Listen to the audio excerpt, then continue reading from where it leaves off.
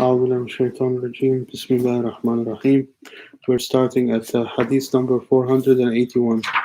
Inshallah. قال رسول الله صلى الله عليه وسلم: إذا تاب العبد أنسى الله الحفظة ذنوبه وأنسى ذلك جوارحه ومعالمه من الأرض حتى يلقى الله وليس عليه شاهد من الله بذنبه. So that when he meets Allah, he will not have sins for Allah. قال رسول الله صلى الله عليه وسلم: إذا تأنيت أصبت أو كدت تصيب وإذا استعجلت أخطأت أو كدت تخطأ. If you take your time, you will do the right thing or close to it. But if you hurry, you will do the wrong thing or close to it.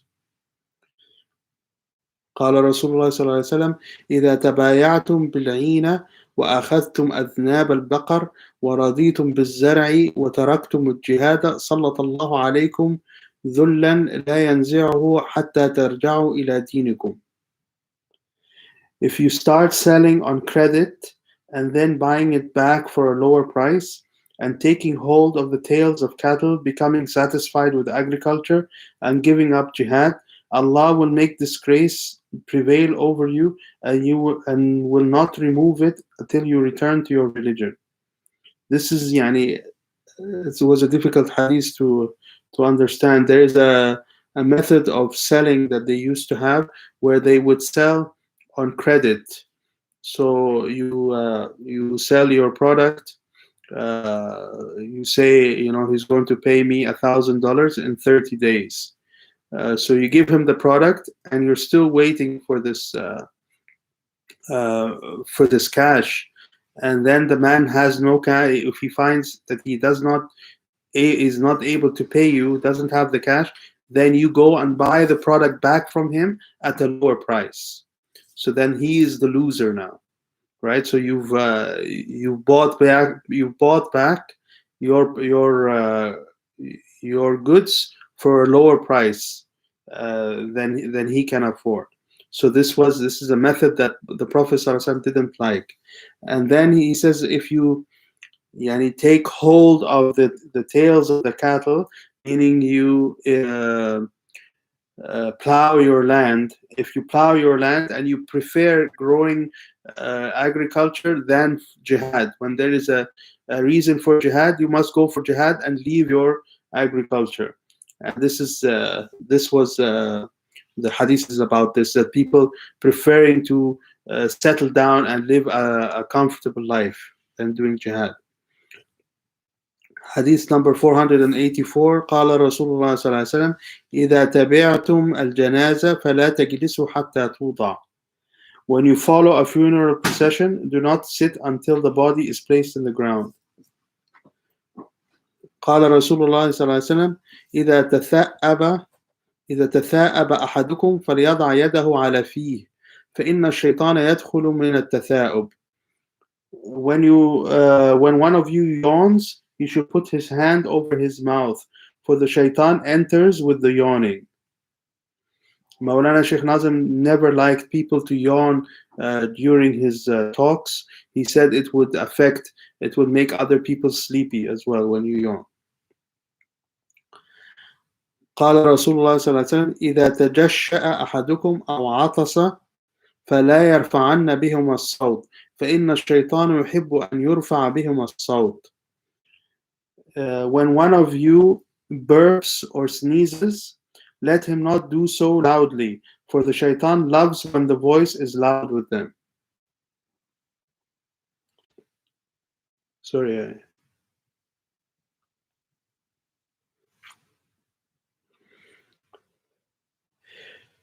Hadith number 487.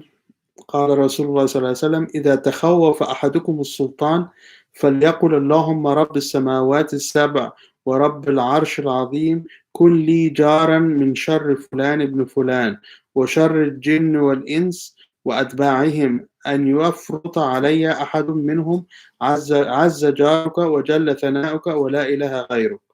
7 heavens, and Lord of the magnificent throne, Be for me a support against evil of such and such a person, and the evil of jinn and humans and their followers, lest any of them abuse me.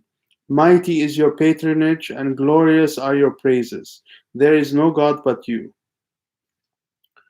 Hadith number 488. إذا ترك العبد الدعاء للوالدين فإنه ينقطع عنه الرزق. When a servant leaves supplicating for his parents, making dua for his parents, when a servant leaves making dua for his parents, surely his provisions will be cut off. His risk will be cut off. And I want to say something about this also. We are murids of a sheikh, and we are spiritual children to that sheikh. Making dua for your sheikh is something that very few people do. People think that the sheikh doesn't need dua. People think that they are the ones that are demanding from their sheikh support and help and dua from him. Always they call the sheikh and they say, make dua for me, make dua for me.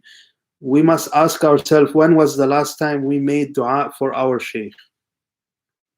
If making dua for your parents is a requirement for provision of this dunya, making dua for your spiritual father is a reason for support for akhirah as well, for spiritual support. So remember this next time you make dua, to always include your sheikh in your dua. Hadith number 489. إذا تزوج أحدكم عج شيطانه يقول يا ويله عصم ابن آدم مني ثلث ديني. When one of you gets married, his shaitan raises his voice saying, woe unto me, this son of Adam protected a third of his religion from me. قال رسول الله صلى الله عليه وسلم إذا تزوج أحدكم فليقل له بارك الله فليقل له بارك الله لك وبارك عليك. When one of you gets married, let it be said to him, Allah bless you. Yani you say to the person who got married, بارك الله لك وبارك عليك. قال رسول الله صلى الله عليه وسلم إذا تزوج أحدكم أو اشترى جارية أو فرسا أو خادما فليضع يده على ناصيتها وليدعو بالبركة. When one of you gets married or buys a slave girl or horse or servant, let him place his hand on her forehead and pray for blessings. قال رسول الله صلى الله عليه وسلم من تزوج امرأة لدينها وجمالها كان فيها سداد من عوز. When whoever marries a woman for her religion and beauty, in her is the fulfillment of all his needs. MashaAllah, I am lucky like this. قال رسول الله صلى الله عليه وسلم إذا تزوج البكر على الثيب أقام عندها 7 وإذا تزوج الثيب على البكر أقام عندها 3. When one marries a maiden over an existing wife, he should stay with her 7 nights. And if he marries a woman who had been previously married over a wife who had been a maiden, he should stay with her 3 nights.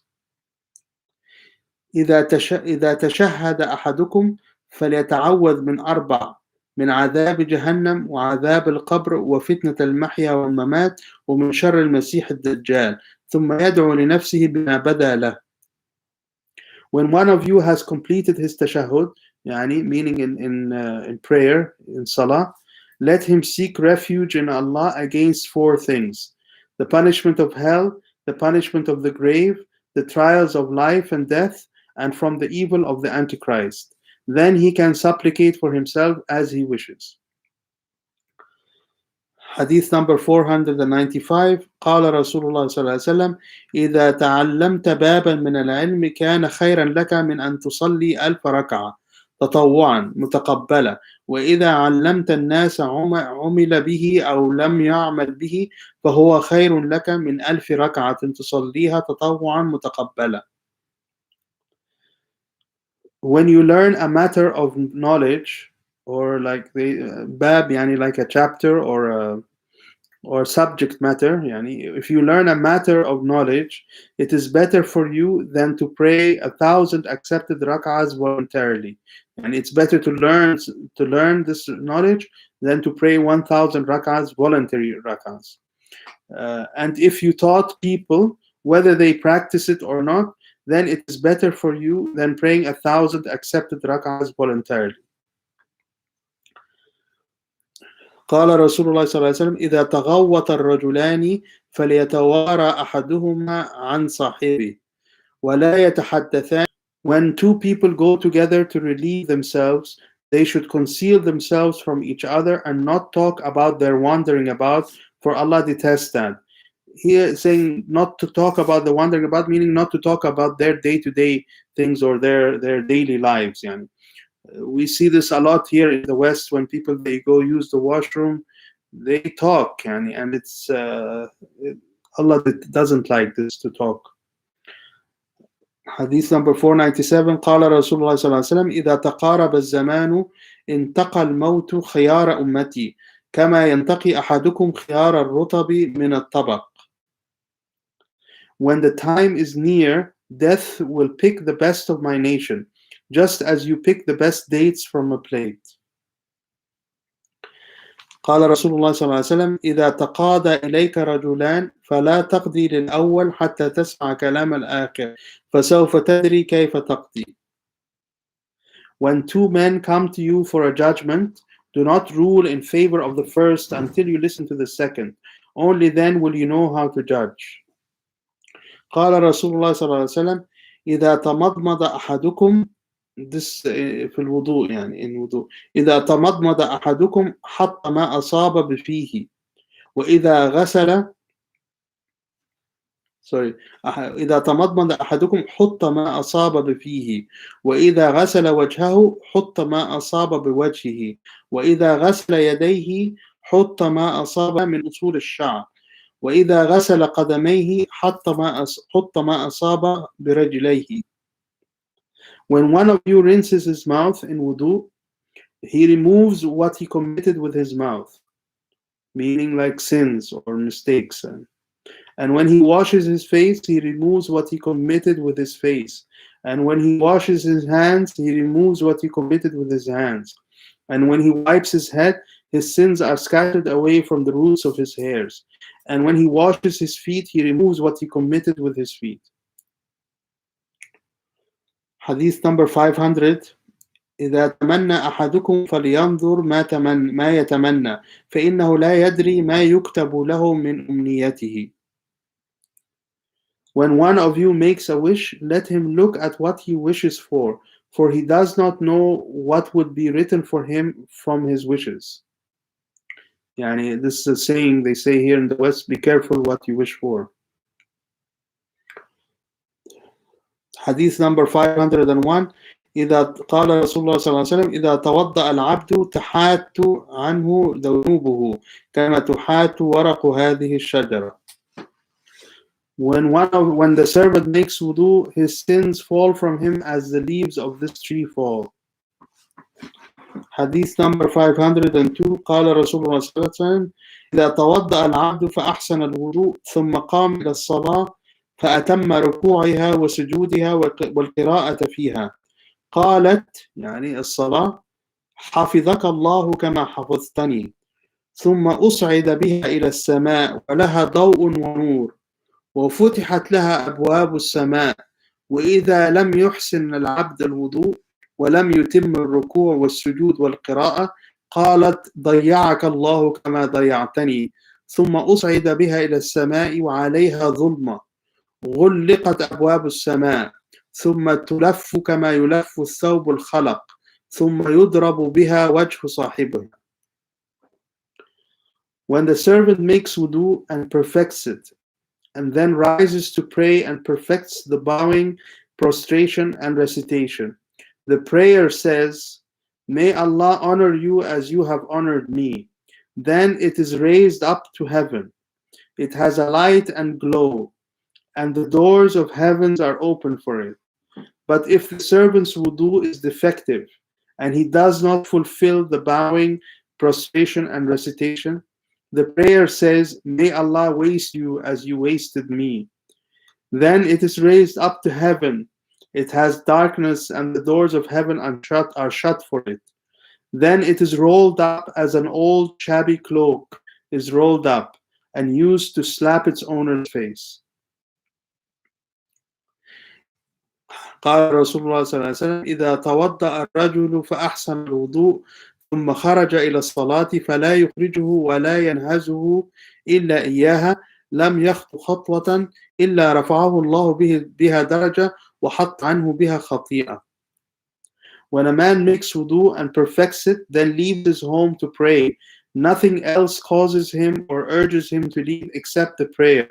For every step, Allah raises him a degree and removes from him a sin. قال رسول الله صلى الله عليه وسلم: إذا توضأ الرجل المسلم خرجت خطاياه من سمعه وبصره ويديه ورجليه فإن قعد مغفورا له. When a Muslim man makes wudu, his sins are removed from his hearing, his sight, his hands, and his feet. So when he then sits, he sits forgiven. قال رسول الله صلى الله عليه وسلم: إذا توضأ أحدكم فأحسن وضوءه ثم خرج عامدا إلى المسجد فلا يشبكن أصابعه فإنه في صلاة. When one of you makes wudu and perfects it and leaves intent on the mosque, let him not clasp his fingers, for he is in prayer. Yani, this clasping of the fingers, when people sit, they put their hands together and the fingers, they get the fingers between each other like this. And this is how the shaitan sits. Prophet ﷺ always didn't like this. He said many hadiths about this. And Maulana Sheikh Nazim, when we sit, and Maulana Sheikh Muhammad, when he sits, you will notice they will never do this. If you notice that they always hold their hands together like this, not putting their fingers together.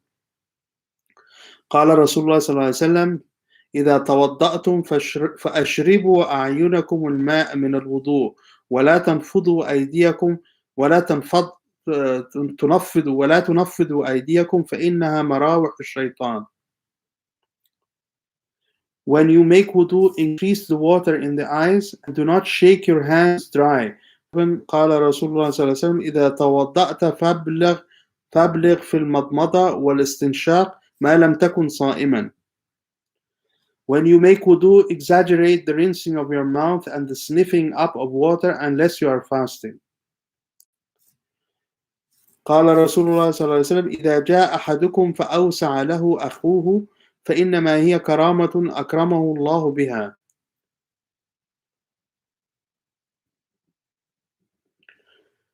When one of you comes to a gathering and his brother makes space for him, it is an honor that Allah has honored him with. أن يجلس ثم يقعد بعد إن شاء أو ليذهب لحاجته. When one of you comes to the mosque, let him pray 2 prostrations before sitting down. Then he may sit down or attend to his needs. This means 2 rak'ahs. These are the 2 rak'ahs of tahiyyat al-masjid. You should not go to the mosque and just sit. You must pray. Some people, they pray a sunnah, for example, then there is no need for this extra 2 rak'ahs. As long as you don't just sit in the mosque right away, you at least have to pray 2 rak'ahs in the minimum. إذا جاء أحدكم إلى المسجد فلينظر فإن رأى في نعليه قدرا أو أذى فليمسحه وليصلي فيهما. When one of you comes to the mosque, let him look at his shoes. If he finds there dirt or harm, he should wipe it off and pray with them. In those days, they used to wear like dirt. There was nothing. There was no carpet or anything, and they would not take their shoes off. They would pray on the dirt with their sandals. Not shoes, sandals. But Prophet ﷺ wanted to make sure that it was not has any dirt on the sandals. قال رسول الله صلى الله عليه وسلم: إذا جاء الرجل يعود مريضا فليقل اللهم اشفي فلانا ينكأ لك عدوا أو يمشي لك إلى جنازة. When a man comes to visit a sick person, let him say, may Allah heal this person, who may then wreak havoc on an enemy for your sake or walk at a funeral for your sake. Yani you are asking Allah to heal this person because in the future he might help you with something. قال رسول الله صلى الله عليه وسلم إذا جاء أحدكم الجمعة فلا يقيمن أحدا من مقعده ثم يقعد فيه. ويا طالب الشر اقصر حتى ينسلخ الشهر. This is a well-known hadith. When the month of Ramadan comes, the doors of paradise are opened and the doors of hellfire are shut, and the devils are chained. A caller calls, O seeker of the goodness, come, and O seeker of evil, stop until the month ends. قال رسول الله صلى الله عليه وسلم إذا جاء الموت لطالب العلم وهو على هذه الحالة مات وهو شهيد. When death comes to the seeker of knowledge and he is in this condition, he dies as a martyr. There are many stories of, especially like in places like in Syria and Iraq, and where there were people sitting in circles of knowledge, listening to a shaykh. إلا تفعلوا تكن فتنة في الأرض وفساد عريض. If to you who pleases you in his religion and manners, marry him. Yani give your daughter to him. If not, there will be discord in the land and wide corruption. Hadith number 516. إذا جاءكم الزائر فأكرموه. If a visitor comes to you, honor him. قال رسول الله صلى الله عليه وسلم إذا جامع أحدكم فأكسل فليتوضأ وضوءه للصلاة. When one of you comes to his wife and slackens, let him make his wudu for prayer. Hadith number 518 إذا جامع أحدكم أهله من الليل ثم أراد أن يعود فليتوضأ بينهما وضوءا. When one of you comes to his wife at night and then he wants to repeat, let him perform wudu between them. قال رسول الله صلى الله عليه وسلم إذا جامع أحدكم أهله فلا يكثر الكلام فإنه يورث الخرس وإذا جامع أحدكم أهله فلا ينظر إلى الفرج فإنه يورث العمى. When one of you comes to his wife, let him not talk much, for it brings on muteness. Yani not being to talk mute, to be mute. When one of you comes to his wife, let him not look at her private parts, for it brings on blindness. And the last hadith tonight, قال رسول الله صلى الله عليه وسلم إذا جئتم الصلاة ونحن سجود فاسجدوا ولا تعدوها شيئا ومن أدرك الركعة فقد أدرك الصلاة. When you come to prayer and we are in prostration, then prostrate, but do not count it as anything. The bowing, the ruku', yani, whoever catches the bowing has caught the prayer. وَمِنَ اللَّهِ التَّوْفِيقِ الْفَاتِحَةِ.